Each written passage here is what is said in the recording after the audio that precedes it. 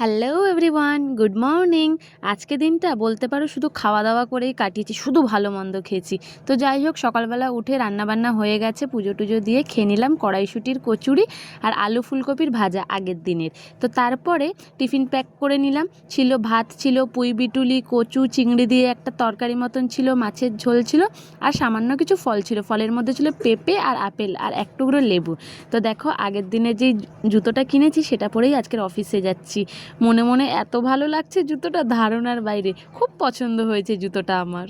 জুতোটা আসলে ফুটপাত থেকে কেনা, তো জানি না ঠিক কতদিন চলবে। তো যাই হোক, যতদিন চলে চলবে। তারপর অফিস করে এসে বাড়ি চলে এসে দেখো, মা আজকের জানি না এটা কি ডিম এনেছে। এই ডিমগুলো দিয়ে ঝোল করব। ভাই যেন একটা কোথাও গেছিল, তো ওখান থেকে এগুলো এনেছিল। তো এখান থেকে আমি খেয়েছিলাম প্যাটিসটা।